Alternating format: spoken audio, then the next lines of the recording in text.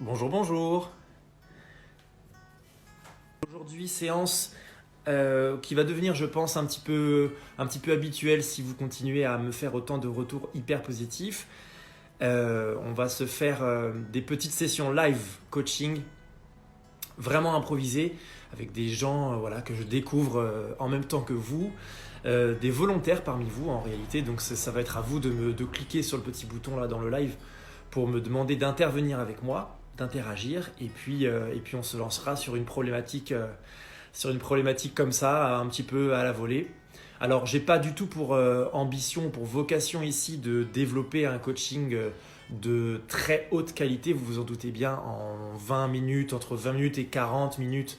C'est très difficile de rentrer vraiment dans le détail. Il faudrait vraiment prendre beaucoup plus de temps que ça. Mais en tout cas, si ça peut vous donner quelques petits tips, quelques idées pour vous sentir mieux face à des problématiques que vous pouvez rencontrer, c'est tout mon objectif.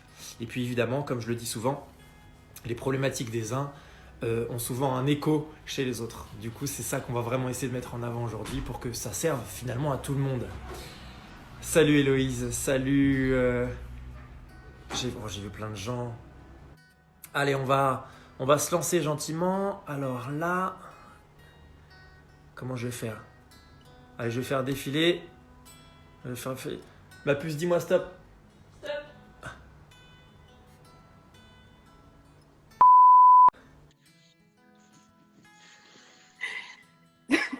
Salut. En plus, je viens de me lever, je me suis dit, oh, il y a le live et tout. Je suis sortie, je suis encore en pyjama et tout. Comment tu vas? Ça va et toi? C'est bien, mais on est en confinement, tu vois, faut que ce soit un peu improvisé. Ah bah oui, bah voilà, je suis au réveil. Au réveil, tu vois. Très bien. Alors, bon, j'avoue, messieurs, dames, je connais un petit peu. Alors, ça fait très longtemps, pour le coup, qu'on n'a pas vraiment discuté tous les deux, hein. On a passé il y a quelques années un peu de temps ensemble quand on faisait du BMX. Mais du coup, c'est vrai que j'ai pas trop de nouvelles. On s'est pas donné trop de nouvelles depuis. Donc, je sais pas trop ce que tu fais dans la vie, là. Je sais pas trop où tu en es. Je Donc, suis en stress, je tremble, je suis désolée pour la caméra. alors, vas-y, Du dis-moi tout. coup, moi maintenant, je suis ingénieure mécanique. D'accord. Ok. J'ai validé mon diplôme en octobre. Sauf que bah, j'ai mis beaucoup de temps à trouver du travail, c'était très très compliqué. D'accord. Parce que être une femme dans le milieu de l'ingénierie, et déjà de l'ingénierie c'est compliqué, et en plus mécanique c'est pas forcément évident. Et donc j'ai mis beaucoup de temps à trouver, j'ai fini par trouver, donc je suis en prestation. Donc en gros je vais chez les clients et je résous des problèmes ou des besoins, sauf qu'ils ne me trouvaient pas de mission.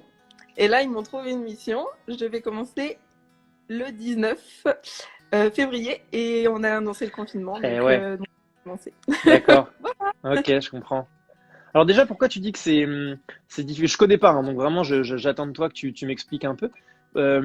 Pourquoi le milieu de l'ingénierie, c'est difficile, et notamment pour une femme? En quoi tu... Parce qu'on n'est pas reconnu. On doit faire 3 fois plus nos preuves que les autres. D'accord. Pour te donner un ordre d'idée, moi j'ai fait un bac S sciences de l'ingénieur. Ouais. On était 8 filles sur 30. Ok. Après j'ai fait une prépa scientifique, donc PTSI, PT c'est de la prépa physique technologique. D'accord. La prépa la plus mécanique, la plus masculine possible, entre guillemets. Donc déjà, en prépa, avoir des filles, bon, c'est un peu compliqué. Et on était encore 8, mais là, on était sur 40. Ok. Et je suis arrivée en école d'ingénieur et j'ai choisi la filière mécanique. Parce que moi, la mécanique, c'est ce qui me parle le plus. C'est tout bête, hein, mais Ok. tu vois, le vélo, le BMX, Ouais. bah, pour moi, ça me parle parce qu'il y a les engrenages, puis il y a la chaîne, les transmissions. Ok. Donc c'est un peu parti de là, j'avoue.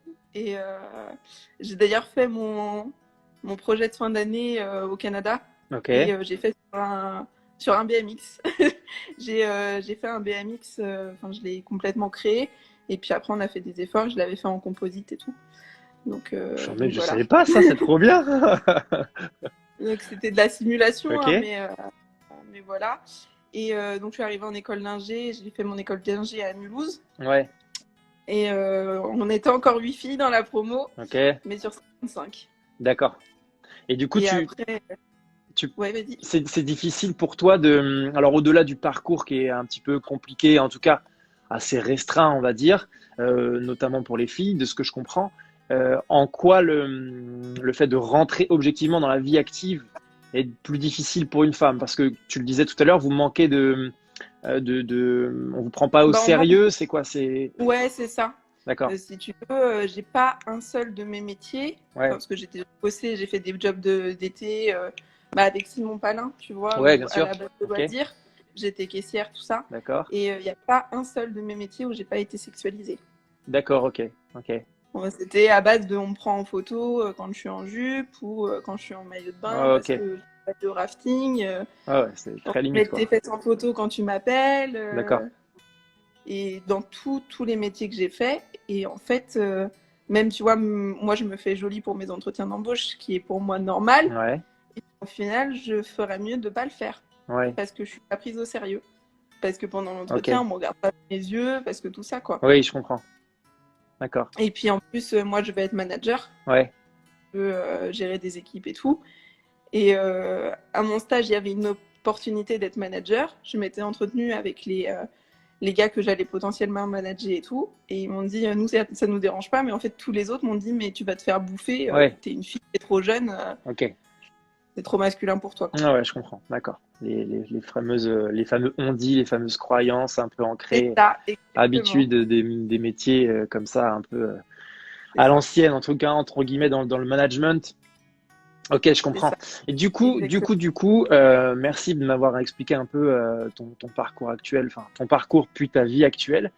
Euh, Pourquoi tu as eu envie de prendre la parole aujourd'hui? Qu'est-ce qui te gêne en fait? Est-ce qu'il y a un problème? Est-ce qu'il y a quelque chose? Ou Bah, je pense qu'il y a un truc qui rejoint à peu près pour tout le monde, c'est la confiance en soi, de ouais, manière moi, de fait que là, je travaille pas, je perds complètement confiance et confiance dans mes compétences. ouais. Puis, il y a aussi, j'ai toujours eu le syndrome de l'imposteur un peu. Ah ok, Qu'est-ce que je fais là? Pourquoi? Est-ce que je vais intéressant. être vraiment légitime? Tout ça, quoi. D'accord. Et alors ça, là, tu parles vraiment dans le milieu du travail ou tu parles dans De tous la les vie de tous jours, les jours? ouais. Ouais. Et, Mais je suis quelqu'un, je me suis beaucoup investie dans l'associatif ouais, parce que c'est de famille, je pense, ouais, mais ouais, ouais, bien sûr. et tout le temps, enfin ouais, j'aime faire plaisir aux gens, j'aime tout ça. Donc j'ai été arbitre de BMX, Ok, j'ai fait les bénévoles sur toutes les compétitions. Quand je suis arrivée en école d'ingé, je me suis mise au BDE, j'étais ouais, trésorière. d'accord. Ça s'est très très mal passé. Ah oui, Donc ok, j'ai dû démissionner et tout, ouais, ça a été compliqué. Après, j'ai été capitaine des Pom Pom Girls. En fait, j'ai toujours ok, été dans l'actif et toujours tout ça, mais je me sentais pas légitime. En fait, c'est comme si je m'imposais une place qui n'était pas à moi, quoi. ok, je comprends. D'accord. Alors, d'accord. Du coup, aujourd'hui, non, non, Désolée. mais il n'y a pas de problème, c'est super, enfin, c'est génial. C'est juste que dans ma tête, j'ai 20 000 idées à te sortir. Et j'ai juste envie de continuer à faire un petit peu mon élagage pour comprendre vraiment les choses. Je comprends du coup que c'est un phénomène que tu as vécu dans différents domaines de ta vie, en réalité, dans ton parcours. Ce qui m'intéresse aujourd'hui, c'est de savoir si je dois te demander, tu as regardé le live avec Héloïse, je l'ai vu d'ailleurs connecté tout à l'heure, je lui fais un petit coucou. Tu Euh, sais, dans l'estime de soi, je parlais des domaines de vie, des différents domaines de la vie. Je ne sais pas si tu l'as vu. Une dernière ou celui que tu faisais avec Ouais, avec Héloïse, la semaine dernière. Non, D'accord, ça je marche. pense voir le prochain, mais Ok. je l'ai raté. Ouais, t'es une mauvaise élève, c'est pas grave, j'ai retenu, pas de problème. Euh, Oh, T'inquiète. Alors, en fait, pour te redire un petit peu pour te ressortir un peu le contexte, il est important c'est super déjà de réussir à mettre des mots de confiance en soi, d'estime de soi. Le syndrome de l'imposteur, j'y reviendrai juste après, je le décrirai un petit peu pour les gens qui viennent de découvrir ce mot-là. Mais ce qui est important de savoir, c'est aujourd'hui, dans quel domaine, en réalité, ce manque de confiance en toi est le plus fort et le plus important. Est-ce que c'est dans le domaine pro? Est-ce que c'est amoureux? Est-ce que c'est familial? Est-ce que c'est amical? Je te vois sourire, tu vois, j'ai peut-être dit un mot. vraiment que j'en choisisse un, parce que là, Alors, encore une fois, il peut être présent dans plein de domaines différents. il est présent dans à peu près Mais, tous les deux. ouais, d'accord. Tout à l'heure, je te mets sur la voie, entre guillemets, mais Ouais. tu as l'introduction de notre discussion tout à l'heure, c'est tout de suite parti sur le travail. Ouais. Est-ce que c'est quelque chose dont tu as envie de parler là, ou est-ce que tu as plus envie de partir sur un autre domaine de ta vie? Euh, Bah, le truc, c'est que j'ai pas envie que ça fasse non plus répétition avec celui que tu as fait la dernière fois, quoi, de live. Si on part Mais sur le pro, c'est toujours différent entre ce que tu oui, vas me dire, et puis c'est un peu le principe des lives, tu sais. J'en discutais d'ailleurs avec Amandine que j'ai vu connecter aussi. Finalement, ce qui permet à tout le monde là, tous ceux qui nous regardent, de comprendre vraiment bien comment ça se passe, c'est la répétition aussi. C'est-à-dire que c'est le fait d'entendre un autre son de cloche, d'entendre une histoire différente, mais qui revient un petit peu à dire la même chose. C'est pas forcément de la répétition, c'est juste que ton histoire, elle est forcément différente que celle de Séverine qu'on a eue la dernière fois et de celle de, je sais pas, n'importe qui nous regarde aujourd'hui. Donc c'est pas grave. Et puis dans mes mots, moi, dans mon approche, dans mes outils, il y aura peut-être quelque chose de différent aussi. Donc aucun problème par rapport à ça. bah, après, de toute façon, je suis tellement quelqu'un qui suis entière et que j'arrive pas à différencier. Donc, ça a été un problème. Mon tuteur de stage m'a dit, tu n'arrives pas à nuancer. Tu D'accord. donnes tout Ouais. complètement, alors que tu devrais faire une différence pro et perso. Ouais. Mais moi, je suis tellement naturelle et voilà, et c'est des choses, j'ai envie d'en parler, je veux en parler, que du coup, je n'arrive pas trop à faire la différenciation pro et perso, quoi. Ok. Donc, dans un sens, tout est impliqué dans l'autre. Bien sûr, tout est toujours interconnecté. C'est sûr que c'est très difficile à répondre comme question. Mais c'est très important de faire ce travail-là parce que ça nous donne, nous, un axe de travail, un axe de réflexion. Je vais orienter mes questions de façon beaucoup plus précise si tu me dis exactement ce qui, toi, te touche le plus. Je vais essayer de reposer ma question pour que tu arrives à trouver un autre moyen d'y répondre. Si je te pose la question tout de suite dans quel domaine, selon toi, le fait d'augmenter, d'améliorer ta confiance en toi, ton estime de toi, elle va te permettre de vraiment passer à un stade supérieur. Si tu ne devais en choisir qu'un seul, tu n'as pas le choix. Ouais. Bah, le perso, du coup. Le perso. Ok. Ouais. D'accord. À quel niveau, du coup? À quel niveau?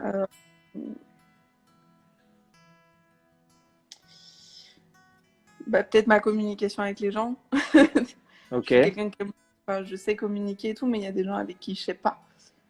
Notamment dans ma famille, dans mon entourage proche, et du coup, bah, ça va impacter mes relations, quoi. D'accord. Alors là, tu me parles de communication, Ouais. mais du coup, plus tellement d'estime, de confiance en toi. Ouais, je sais que si je suis plus en accord avec ce que j'ai envie d'être, j'arriverai mieux à m'exprimer Ok. et à interagir. D'accord. Donc, tu vois ce que je veux dire? Ouais, je comprends. Qu'est-ce qui t'empêche de t'exprimer aujourd'hui? Qu'est-ce qui t'empêche de dire les choses aux gens? Oh, je sais pas, il y a plein de choses. J'ai pas l'impression, bah, j'ai pas l'impression d'être légitime dans mon avis, déjà. Ok, d'accord. Donc, On en revient à ce petit syndrome de ouais, l'imposteur, peut-être, hein? Ok. c'est ça. Alors pour l'expliquer, je crois qu'on en a déjà parlé, je sais plus, mais le syndrome de l'imposteur, c'est toujours cette petite voix dans notre tête qui nous dit non, tu n'es pas à la bonne place, ou non, tu ne mérites pas la parole, tu n'as pas le droit à la parole, tu ne mérites pas d'être là où tu en es aujourd'hui. Souvent, c'est aussi couplé à tu as eu de la chance dans ton parcours, et même si tu as galéré, bon, voilà, hein, tu l'as eu pour ça et pour ça et pour ça et pour telle et telle raison. Donc le syndrome de l'imposteur, c'est quelque chose qui est très présent parce qu'on le rencontre assez fréquemment dans les différents domaines de notre vie. Il est très très présent dans le milieu pro parce que du coup, dans le milieu pro, on se retrouve souvent à un poste, à un statut ou à gérer des gens ou des missions qu'on n'avait pas l'habitude de gérer, un peu du jour au lendemain. Et en fait, du coup, on se pose la question de ok, est-ce que j'ai pas été droppé par ici? Est-ce que j'ai pas été envoyé par ici un peu par erreur, trop vite, etc. Donc c'est tout à fait légitime. Mais il y a aussi parce que moi, ils me proposent des missions. Donc moi, j'ai un statut cadre de mon diplôme d'ingénieur. Ouais. On me propose des missions de niveau technicien. Et je me dis, est-ce que je me voile la face en me disant j'ai des compétences en fait qui ne sont pas là et qu'en fait on me donne un travail de technicien parce que je sais faire que ça. Ouais. Donc c'est aussi dans l'autre sens, tu vois, en me disant je suis pas à ma place mais pas au bon niveau. Est-ce que j'ai le droit de me dire que je devrais être au-dessus, tu vois? Bien sûr. Mais c'est tellement légitime comme question. Enfin, je comprends tellement. Bien sûr. Du coup, pour revenir sur la partie privée, entre guillemets, parce qu'on en a parlé tout à l'heure, tu penses que c'est le domaine de ta vie dans lequel cette confiance en toi, entre guillemets, ou ce syndrome de l'imposteur est plus présent. Est-ce que tu pourrais m'en dire un peu plus d'ailleurs là-dessus? Est-ce que c'est dans le domaine, j'ai cru comprendre familial, de ne pas être pris au sérieux dans les discussions familiales? Ouais, il y a familial, il y a amoureuse aussi. Oui. Je n'ai pas été très gâtée en amour. D'accord. Donc c'est un peu compliqué. D'accord. Ouais, j'ai toujours, entre guillemets, été jalouse de ma sœur. D'accord. Donc, un peu compliqué. Ok. Ma sœur, je l'ai mis très haut sur un piédestal et pour moi, c'est la personne à ressembler alors que je devrais être moi. Ok. Et puis, il y a aussi toute l'acceptation de qui je suis et qui j'ai envie d'être et qui j'ai envie de transmettre aussi. Et alors, t'es qui? Bah là, c'est un peu compliqué. Moi, je m'appelle... Salut, enchanté. Non, mais ouais, il y a plein de choses où... Par exemple, je suis passionnée de photographie. Ouais. C'est bête, hein. J'adore faire des photos. Mais je me vois pas exposer ce que je fais parce que il y a toujours meilleur que moi. Donc, je vais pas forcément en parler. Enfin, j'adore écrire, j'adore lire. Mm-hmm.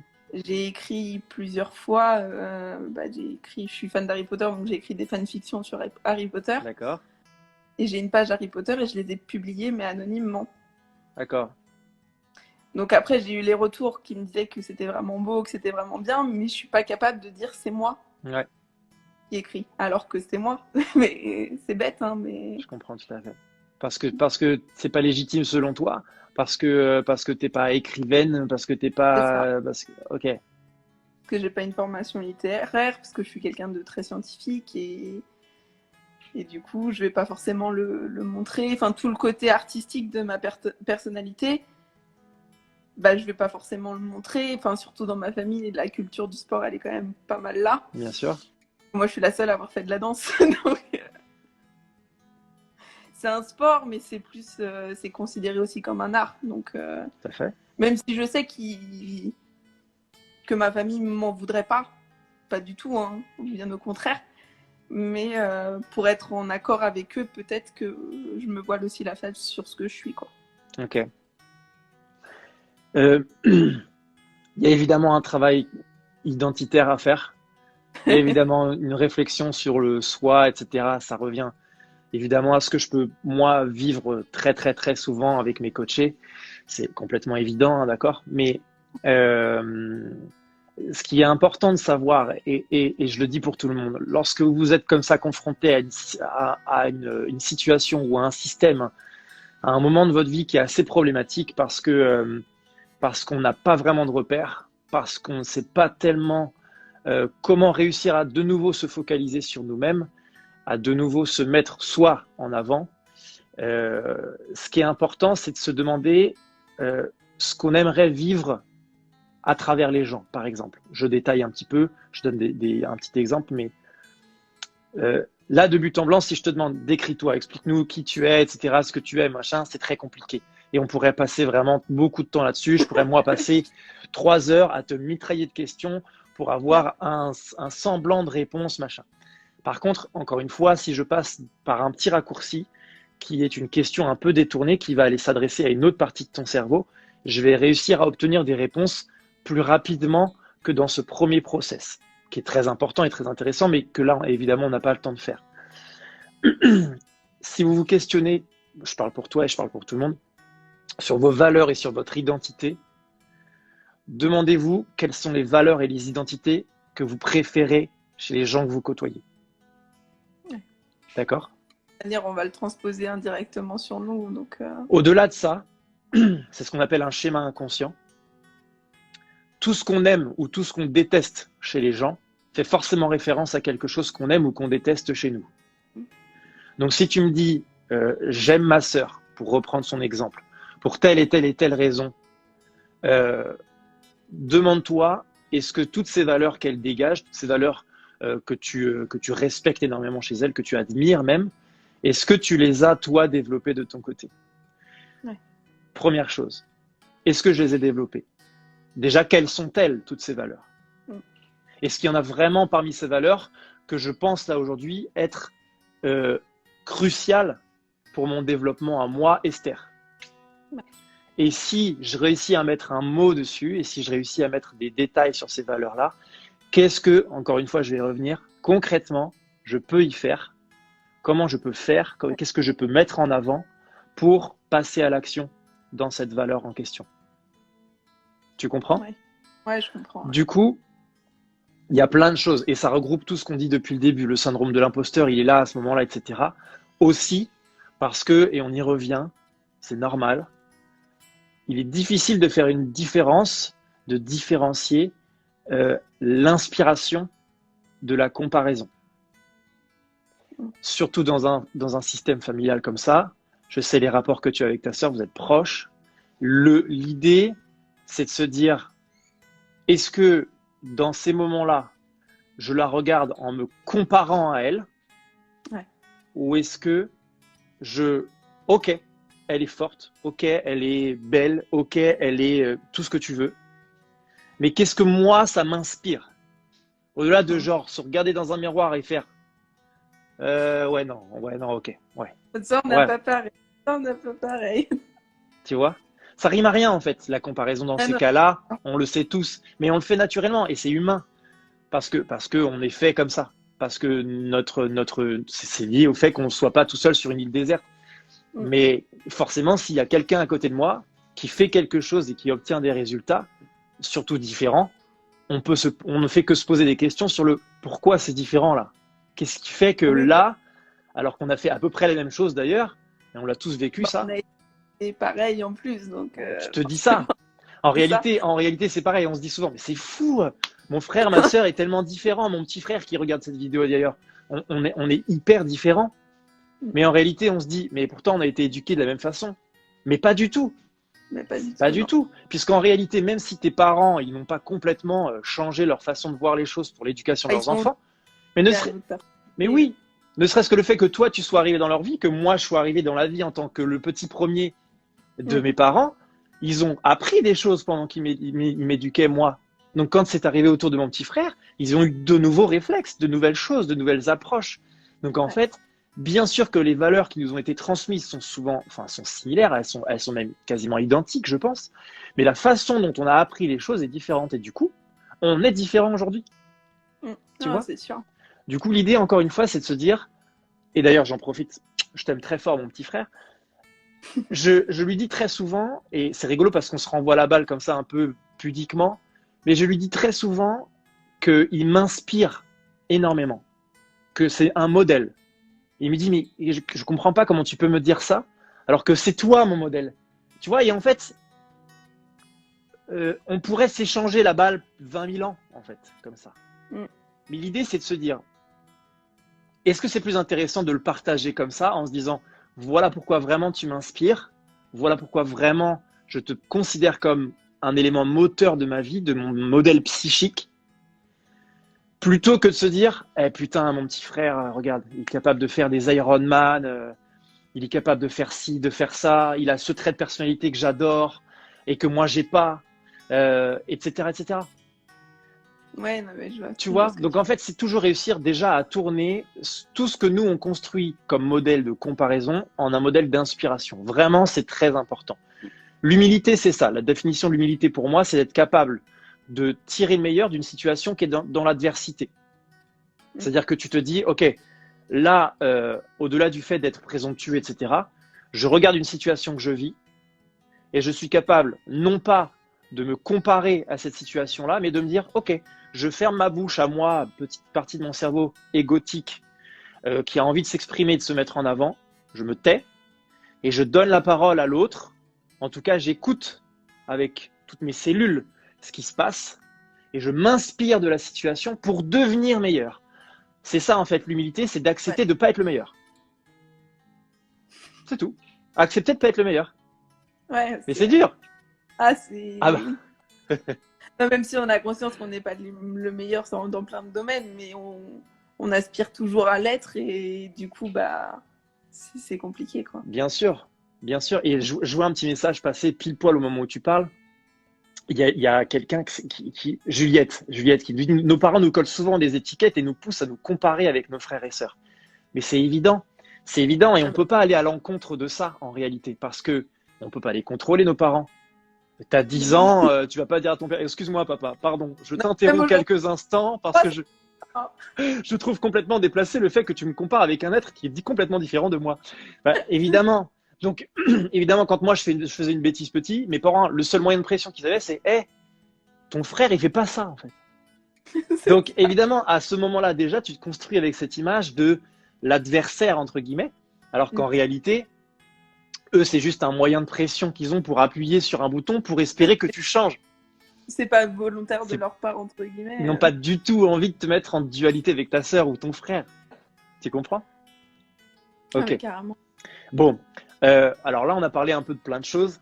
Si on recentre un petit peu et qu'on reparle de ce système un petit peu de l'imposteur, qui était un peu c'est un des premiers termes que tu m'as sorti tout à l'heure. À quel moment vraiment, si tu me donnes un exemple concret, tu m'as parlé de la discussion tout à l'heure ou du fait de ne pas oser prendre la parole, de ne pas oser dire vraiment ce que tu pensais. À quel moment, si tu as un exemple à me donner un peu concret de... Dans le perso? Ouais, bien sûr, ouais.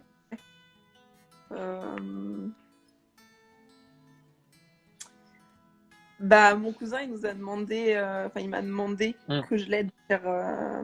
Mon cousin, il est ingé son. Ouais. Et il avait des cours où dedans, il avait de la physique, donc avec des bobines, des inducteurs, des trucs comme ça. Ok. Et moi, c'est ce que j'ai fait en prépa.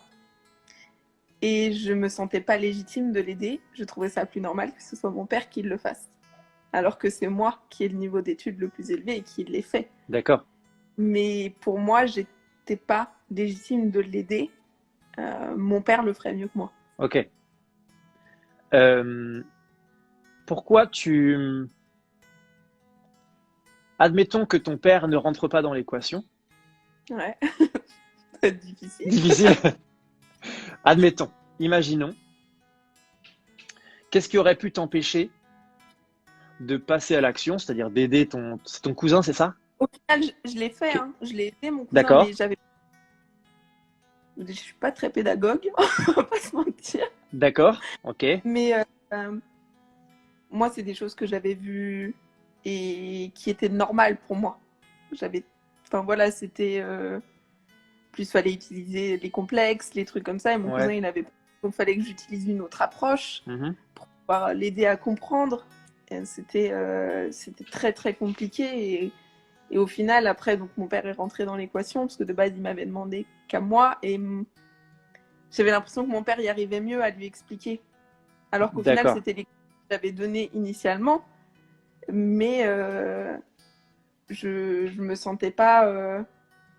J'ai donné des cours de maths, j'ai donné des cours de maths à la petite sœur de.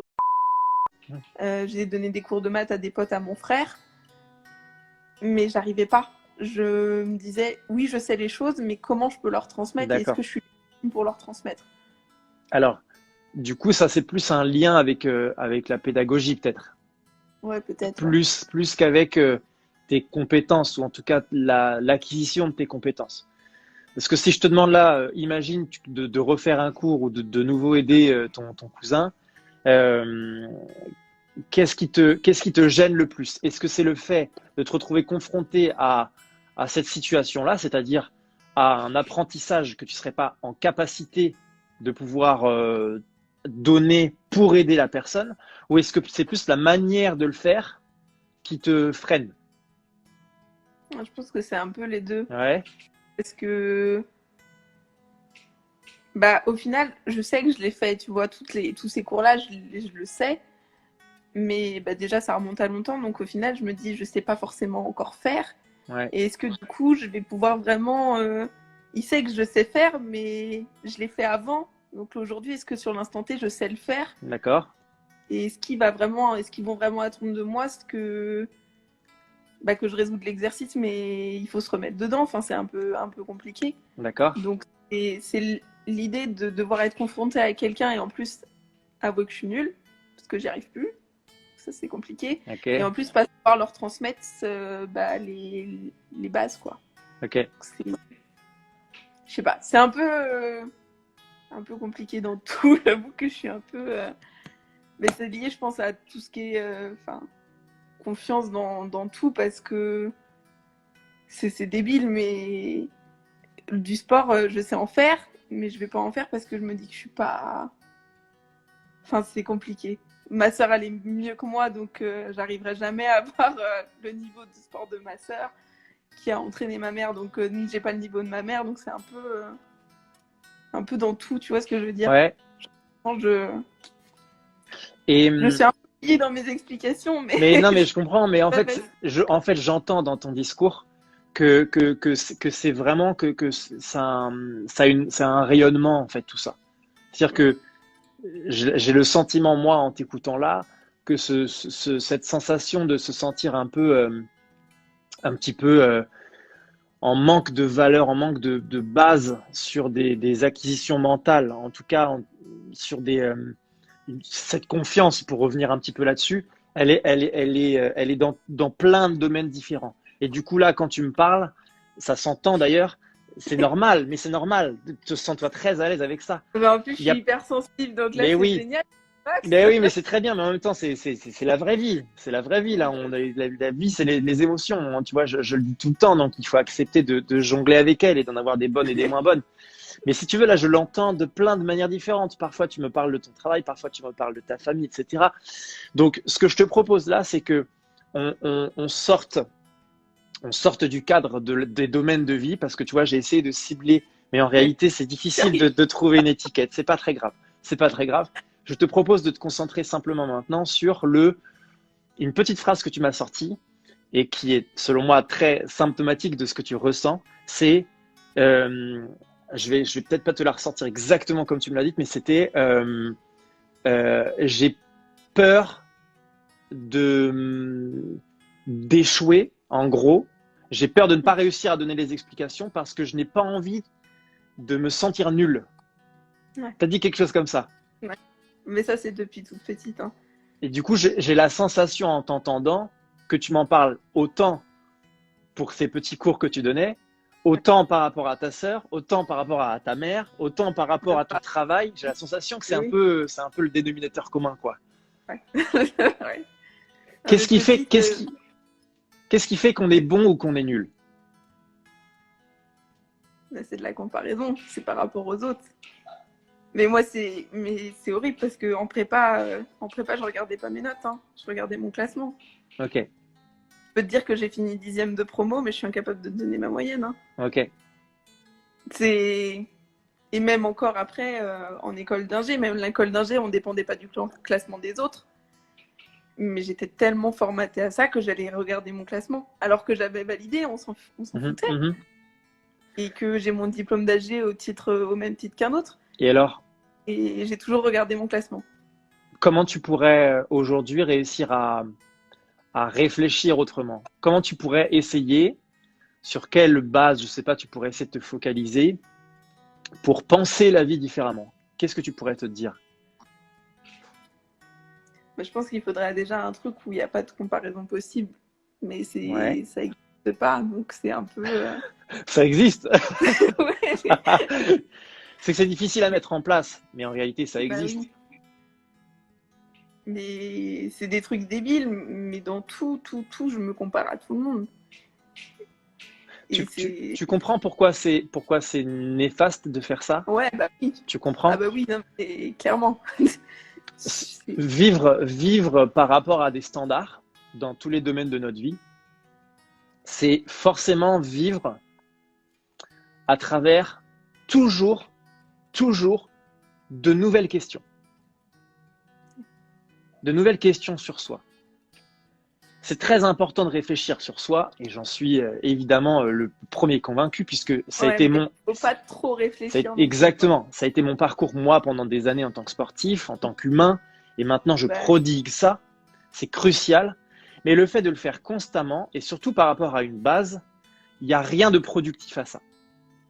Ne serait-ce qu'en reprenant les exemples qu'on a donnés tout à l'heure, parce que notre éducation à tous a été différente, parce que notre économie, notre écologie plutôt a été différente, parce que notre environnement a été différent, etc., etc. Donc, la comparaison, c'est vraiment un domaine sur lequel il faut apprendre à prendre du recul. Et pour ça, il faut se focaliser sur soi. Je te donne un petit axe. Il faut de nouveau se remettre au centre de son système de pensée et de fonctionnement et se dire, est-ce que là, dans ce que je fais, je suis contente avec ça? Moi, pour moi, pas par rapport à. Et ça, c'est ce qui fait toute la différence. Parce que dans une situation, quand on finit, je ne sais pas, de danser, par exemple, ou de faire du sport, pour reprendre ton exemple du sport, si à la fin de ta séance, tu te dis, je suis au bout de ma vie, mais ma sœur à côté, elle a fait 40 mouvements de plus que moi, le petit mais là, il te fume ta séance. C'est-à-dire que ta séance mentalement, elle t'a servi à rien en fait. Si ce n'est à descendre ton niveau d'énergie mentale. Parce qu'en fait, même si tu viens de passer un moment difficile, concrètement, tu as souffert là, pendant le sport, c'est objectif, tu es en sueur, tu as mal partout, tu es essoufflé. Mais si à ce moment-là, ton mental, il se raccroche sur une base de quelqu'un d'autre, en regardant lui ou elle, la façon dont elle finit sa séance, on ne peut pas sortir grandi de ça. Non, mais c'est drôle parce que la semaine dernière, j'ai fait le défi des 1000 montées de boxe. Et dans un temps, il n'y avait pas de temps imparti, il fallait faire ce temps et tout. Ouais. Et je l'ai fait pour moi. J'ai vraiment galéré. En plus, je suis confinée toute seule, donc c'est un peu compliqué. Ouais. Et j'ai mis 1h40. Ouais. Mais à la fin, j'étais fière. Ok. J'étais fière. Je l'ai fait, tu vois. Super. Sauf que j'ai eu le malheur de défier ma soeur, ma mère, mes cousines. Ouais. Et elles ont fait 50 minutes. Ok. Et en plus, ma soeur, elle a fait les montées de boxe à 60 cm et tout ça. Et en fait, du coup, ça m'a frustrée. Ouais. Et j'ai envie de le refaire pour pouvoir faire mieux. Ouais. Alors que de base, j'étais fière d'avoir réussi à les faire parce que je ne pensais pas réussir à les faire, quoi. Il ne faut pas corréler les deux idées, selon moi. Selon moi, lorsqu'on fait quelque chose et qu'on est fier de soi, il faudrait que ça devienne ancré. Ça doit plus être quelque chose de mobile. Ouais. C'est-à-dire que je prends la fierté de l'instant présent et bam, je la mets dans mon cerveau et elle bougera plus jamais. Ouais. Moi, tout de suite maintenant, je suis fier de ce que j'ai fait, de ces 1000 montées de boxe, de ces 1000 montées de boîte. Là, j'ai les jambes en feu, mon cœur, il est dans ma gorge, j'ai transpiré 4 litres. Je suis fier, point. Point. Si tu décides après de lancer un challenge, c'est génial. Je trouve ça trop cool comme idée. Mais par contre, tu sais très bien, lancer un challenge, c'est lancer l'adversité. Lancer l'adversité, c'est potentiellement avoir des résultats différents du tien qui vont arriver. Et du coup, il faut être prête à composer avec le est-ce que c'est mieux ou est-ce que c'est moins bien que moi? Tu comprends? Donc, oui. Peut-être dans un premier temps, tu peux donner des challenges aux gens, mais peut-être limite dans certains cas où tu sens que ça pourrait avoir un impact trop négatif sur toi et sur ton développement. Ça, c'est le premier tips. Si malgré tout, tu as envie de te challenger, parce que je sais que tu as une âme de conquérante, de sportive, fais-le.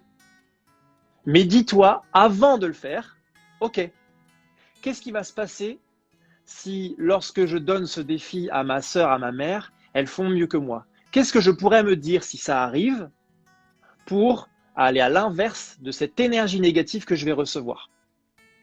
Si tu fais le travail quand ça va bien, si tu fais le travail au moment où tu es saine, tu es sereine chez toi, là, tu es dans un petit cadre très cool, ce qui se passe, c'est que quand ça va se passer, et si ça se passe, il y a tout de suite un process qui est facile à mettre en place que tu as prédéfini en amont. Ouais. Tu comprends? C'est l'anticipation, ça. Et ça va te permettre… C'est un métier, en plus, c'est grave drôle. Mais bien sûr, tu vois.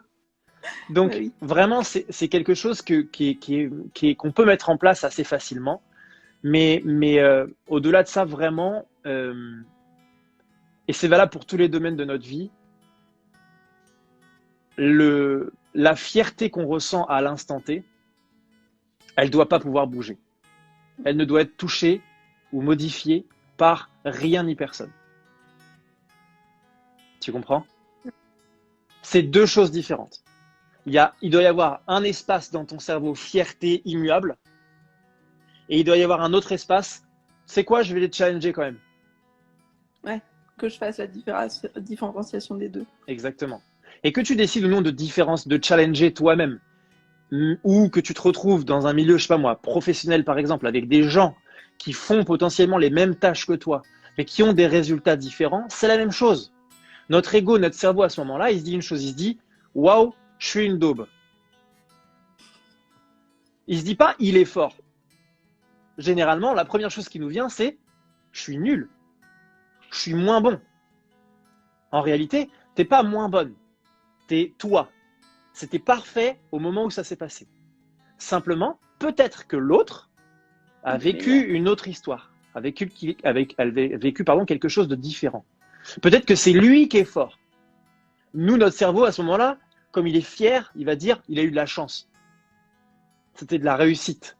Souvent, on va essayer de se conforter là-dedans, tu comprends? Moi, j'arrive pas moi, justement, oui. j'arrive à dire s'il a réussi, c'est qu'il avait telle et telle compétence, Ouais. c'est que c'est normal. Oui, mais toi, tu finis ta phrase avec il avait telle et telle compétence que j'ai pas. C'est comme ça que tu l'as fini ta phrase, je le sais très bien.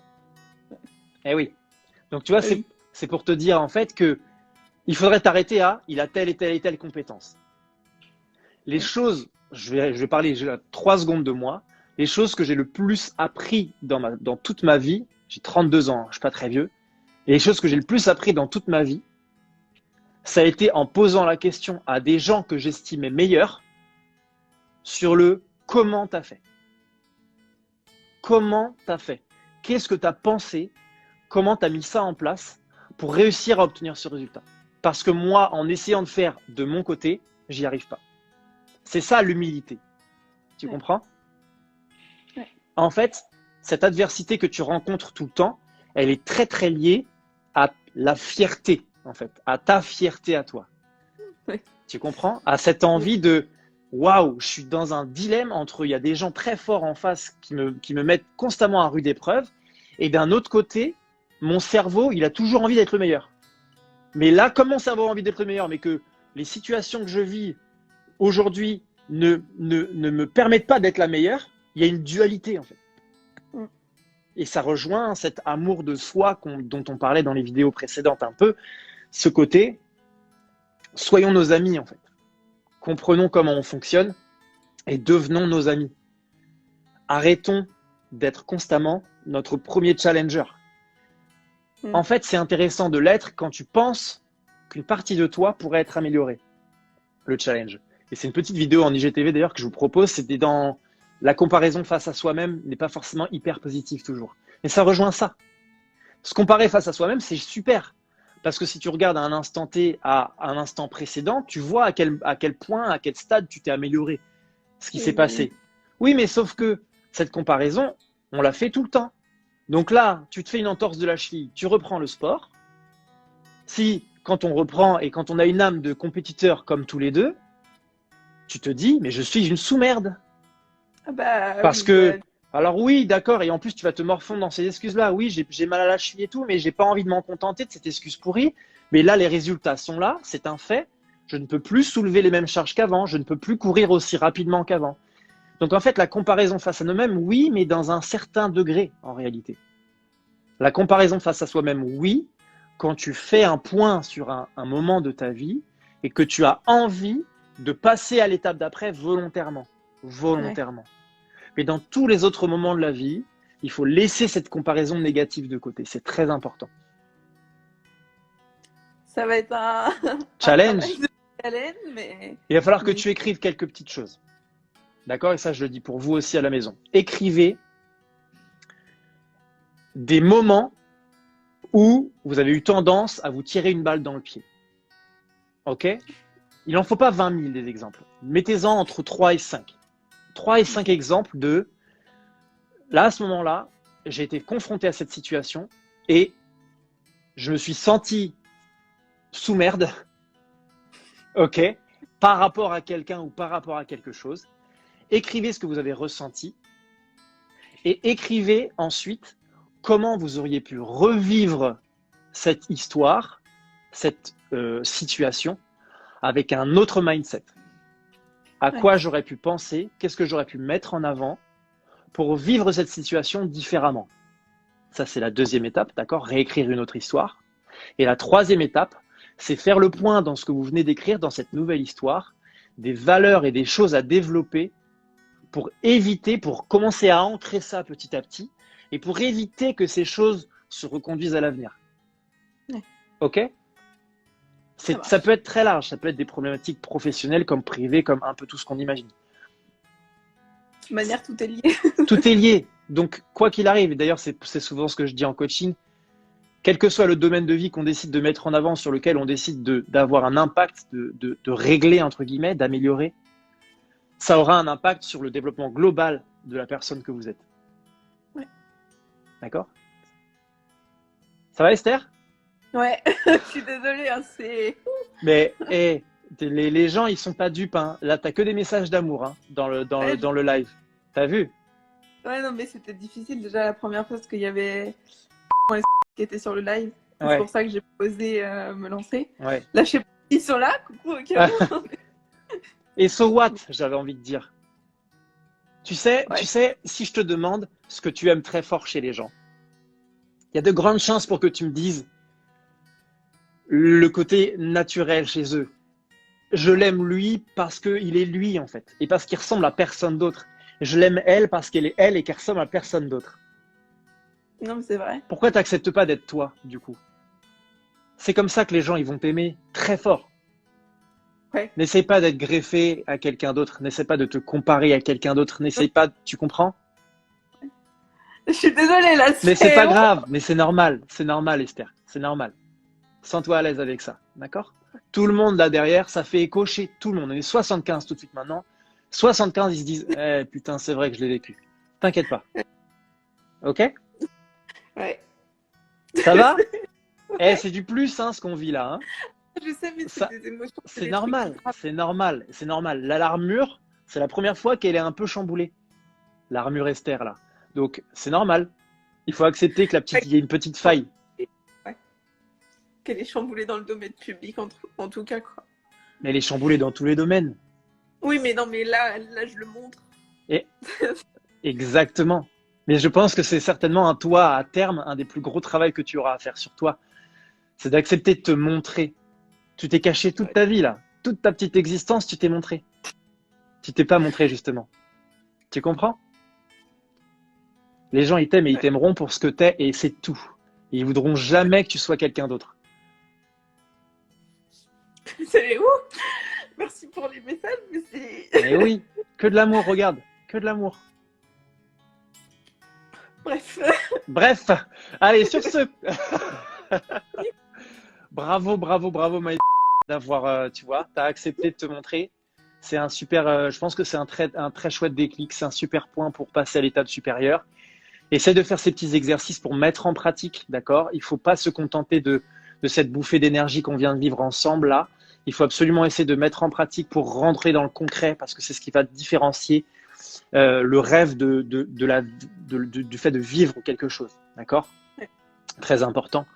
Je t'envoie plein d'amour. Merci beaucoup. C'est super ce que tu as fait.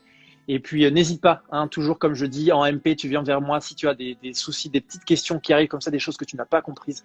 Tu reviens vers moi et on en discute. Ça roule? Ouais, ça marche. Ouais. Bravo. Et merci pour ce témoignage, c'était super. Merci. C'était fouillis, mais... Mais c'est parfait, mais c'est la vraie vie. Et ça fait 50 minutes qu'on discute, j'allais pas... tu comprends? Ouais, je suis désolée. Mais ne t'excuse pas. Bah, si. Mais non. Je parle trop. Mais nous, on veut voir. J'ai pas demandé un ordinateur, sinon je vais sur Google. Ouais. Mais oui, je veux de l'humain, je veux de l'émotion. Je peux pas avoir l'émotion d'une machine. Donc arrête de vouloir ressembler à une machine dans tout ce que tu fais. T'es pas une machine, t'as le droit de t'exprimer. Maintenant, la machine, c'est toi. Oui, c'est ça. La machine à pleurs, c'est ça? C'était au BMX, c'était toi la machine. Ouais, c'est ça. Je t'embrasse.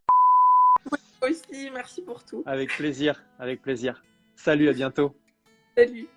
Merci tout le monde d'avoir suivi tout ça, d'avoir suivi ce live, hein, plein d'émotions, plein d'émotions.